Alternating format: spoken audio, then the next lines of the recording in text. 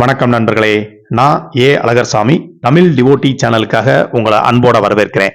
இந்த வீடியோல நம்ம கேரள மாநிலத்தில் உள்ள எர்ணாகுளம் மாவட்டத்தில் அமைஞ்சிருக்க சோட்டானிக்கரை அப்படிங்கிற ஊர்ல உள்ள பகவதி அம்மன், அதாவது சோட்டானிக்கரை பகவதி அம்மன் கோயிலை பத்தி பார்க்க போறோம். வாங்க நண்பர்களே, வீடியோக்குள்ள போவோம்.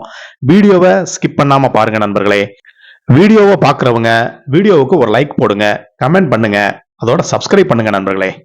இந்த வீடியோவில் சோட்டானிக்கரை பகவதி அம்மன் கோயிலை முழுசா பார்க்கலாம். அதோட கடைசியா இங்க நடக்கிற குருதி பூஜையை பத்தியும் தெரிஞ்சுக்கலாம்.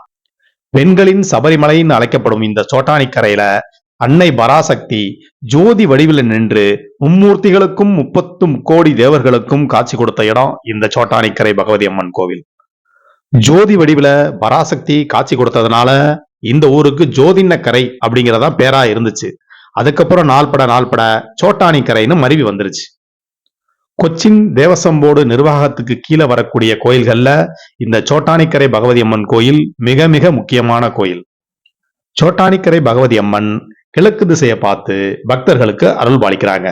ஆனா நம்ம மேற்கு திசையில தான் இந்த பெரிய என்ட்ரன்ஸ் இருக்கு. இது வழியா உள்ள வந்து கர்ப்பகிரகத்துக்கு பின்னாடி தான் இந்த வாசல் இருக்கு. இது வழியா நம்ம உள்ள போவோம். பஸ்ல வர்றவங்க பெரும்பாலும் இந்த வாசல் வழியா தான் உள்ள வருவாங்க. அதே நேரத்துல கார்லயும் வேன்லயும் வர்றவங்க இந்த வடக்கு பக்கம் உள்ள வாசல் வழியா உள்ள வரலாம். ஏன்னா வடக்கு பக்கம் உள்ள வாசல்ல தான் கார் பார்க்கிங் இருக்கு.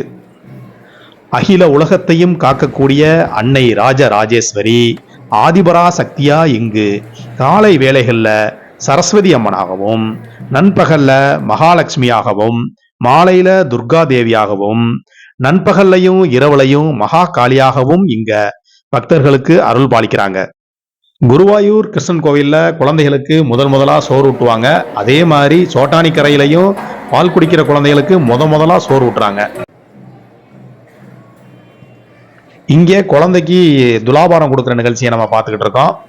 பகவதி அம்மனை பார்த்துட்டு கீழ்காவில் உள்ள பகவதி அம்மனை பார்த்து குழந்தைய தொட்டில ஆட்டுறாங்க.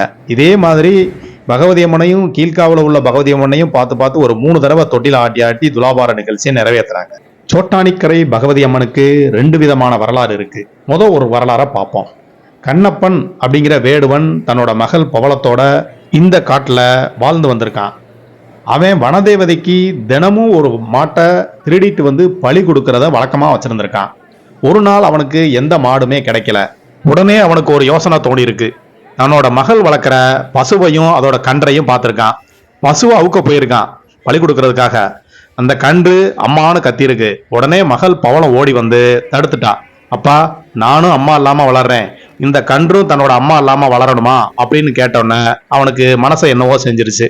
உடனே அன்னையிலிருந்து வனதேவதைக்கு அவன் எந்த விலங்கையும் பலியிடாம சாமி மட்டும் கும்பிட்டு வந்திருக்கான். கொஞ்ச நாள் கழிச்சு அவனோட மகள் பவளம் இறந்து போயிடுறா. ஒரு நாள் இரவு பகவதி அம்மன் அவனோட கனவுல வந்து, உன்னோட வீட்டுல வளர்ற அந்த பசுவும் கன்றும் மகாலட்சுமியோட அம்சம், அதை நீ காலையில எந்திரிச்சு போய் பாரு அப்படின்னு சொல்லியிருக்காங்க. இவனு எந்திரிச்சு போய் பார்த்திருக்கான். கன்றும் பசுவும் சிலையா மாறிட்டாங்க. அன்னையில இருந்து அவன் மரத்தால் ஆன காவு அமைச்சு அதை கும்பிட்டுட்டு வந்திருக்கான். காலப்போக்குல இயற்கை சீற்றத்தால அந்த காவு அழிஞ்சு போய் காடாயிருச்சு. சுமார் ஒரு 200-300 வருஷத்துக்கு முன்னாடி ஒரு பெண் அங்க புல்ல அறுத்துக்கிட்டு இருந்திருக்கா. புல்ல இருக்கையில ஒரு கல்லுல பட்டு அந்த கல்லுல இருந்து ரத்தமா வந்திருக்கு. இதை பார்த்துட்டு அந்த பெண் வேகமா வந்து எடாட்டு நம்பூதிரி அப்படிங்கிறவர்கிட்ட தகவல் சொல்லியிருக்கா. அவர் அந்த இடத்துக்கு போய் பார்த்துட்டு, இந்த இடம் மகாவிஷ்ணுவோட அம்சம், பகவதியோட அம்சம் இங்க நிறைஞ்சிருக்கிறதுனால இந்த இடத்துல கோயில் கட்டி கும்பிடுவோம் அப்படின்னு சொல்லி அன்னையில இருந்து அம்மனுக்கு கோயில் கட்டி கும்பிட ஆரம்பிச்சிட்டாங்க. மணலால் ஆன ஒரு பீடத்துல பகவதி அம்மனையும் பக்கத்திலேயே மகாவிஷ்ணுவோட விக்கிரகத்தையும் வச்சு வழிபடுறாங்க.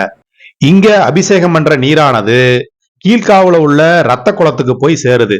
அந்த மாதிரி இந்த மணலுக்குள்ள இறங்கி அந்த அபிஷேக நீர் ரத்த குளத்துக்கு போய் சேர்ந்துருது. இதுதான் அந்த ரத்த குளம். ஒரே பீடத்துல இருந்து மகாவிஷ்ணுவும் பகவதி அம்மனும் பக்தர்களுக்கு அருள் பாலிக்கிறதுனால அம்மே நாராயணா, தேவி நாராயணா, லக்ஷ்மி நாராயணா, பத்ரி நாராயணான்னு பக்தர்கள் அன்போடு அழைக்கிறாங்க. சோட்டானிக்கரை பகவதி அம்மன் கோவில் எர்ணாகுளத்துல இருந்து 14 கிலோமீட்டர் தொலைவில் அமைஞ்சிருக்கு. எர்ணாகுளத்துல இருந்து அடிக்கடி சிட்டி பஸ் வசதி இங்க இருக்கு. கோயில் பிரகாரத்துல சிவனுக்கு, முருகனுக்கு, கணபதிக்கு, நாகராஜாவுக்கு, யக்ஷி, ஜேஷ்டா தேவி இவங்களுக்கு தனித்தனி சன்னதி இருக்கு. இப்ப நம்ம கீழ்காவு பகவதி அம்மன் சன்னதியை நோக்கி போறோம். வாங்க நண்பர்களே, கீழ்காவு பகவதி அம்மனை போய் தரிசனம் பண்ணுவோம். சோட்டானிக்கரை பகவதி அம்மனோட சகோதரி தான் இந்த கீழ்காவு பகவதி அம்மன். பத்ரகாளியோட அம்சமான இந்த கீழ்காவு பகவதி அம்மன் பக்தர்களுக்கு உள்ள தீய ஆவிகளை விரட்டுவதா நம்பப்படுது. கீழ்காவு பகவதி அம்மனை தரிசனம் பண்றதுக்கு இந்த படிக்கட்டுகள் வழியா நம்ம கொஞ்சம் கீழே இறங்கி வரணும். கீழ்காவு பகவதி அம்மன் மேல்காவு பகவதி அம்மனை பார்த்த மாதிரி மேற்கு திசையை பார்த்து பக்தர்களுக்கு அருள் பாலிக்கிறாங்க. கீழ்காவு பகவதி அம்மனை பார்க்க போற வழியில வலது பக்கம் இந்த சாஸ்தா கோயில் அமைஞ்சிருக்கு. சாஸ்தா கோயிலுக்கு எதிரிலேயே வெடி வழிபாடு நடக்குது. வாங்க நண்பர்களே, வெடி வழிபாடு எப்படி நடத்துறாங்க அப்படின்னு பார்ப்போம்.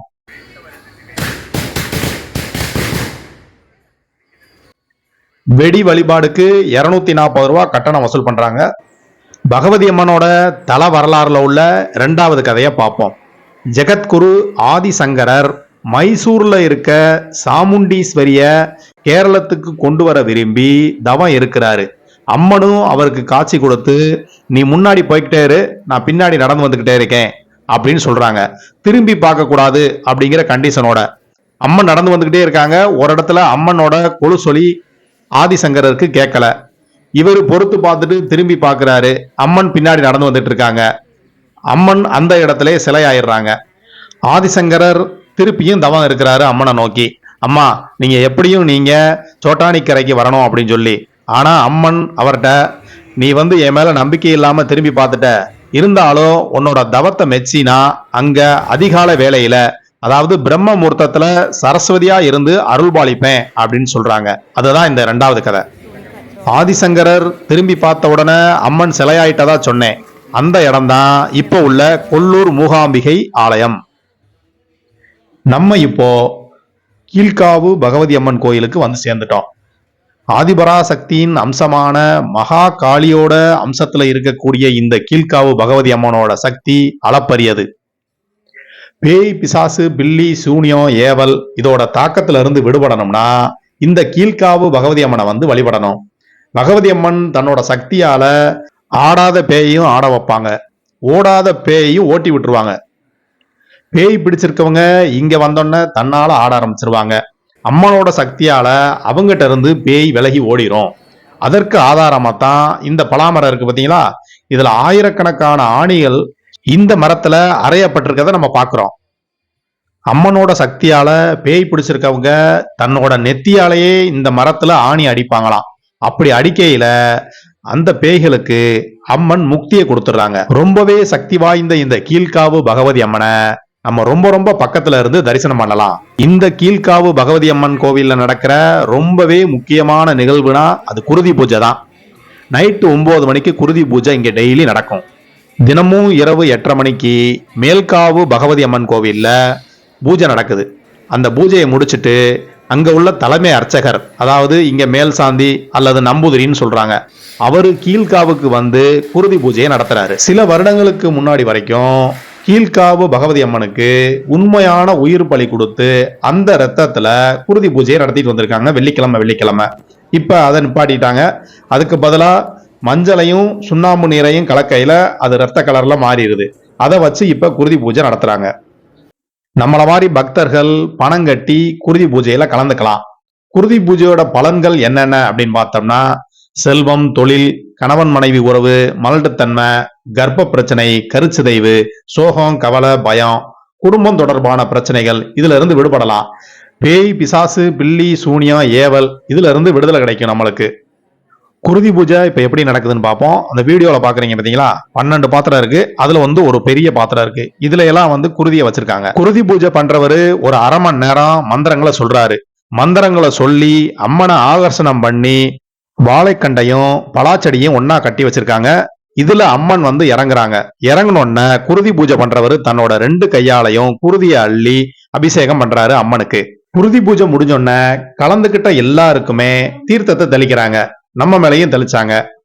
இந்த வீடியோ உங்க எல்லாத்துக்குமே பிடிச்சிருக்குன்னு நான் நினைக்கிறேன் நண்பர்களே. பிடிச்சிருந்தாலும் சரி பிடிக்காட்டியும் சரி வீடியோவை பத்தி கமெண்ட் பண்ணுங்க நண்பர்களே. சோட்டானிக்கரை பகவதி அம்மனோட அருள் உங்க எல்லாத்துக்கும் கிடைக்கணும்னு நான் அம்மனை வேண்டிக்கிறேன். நன்றி.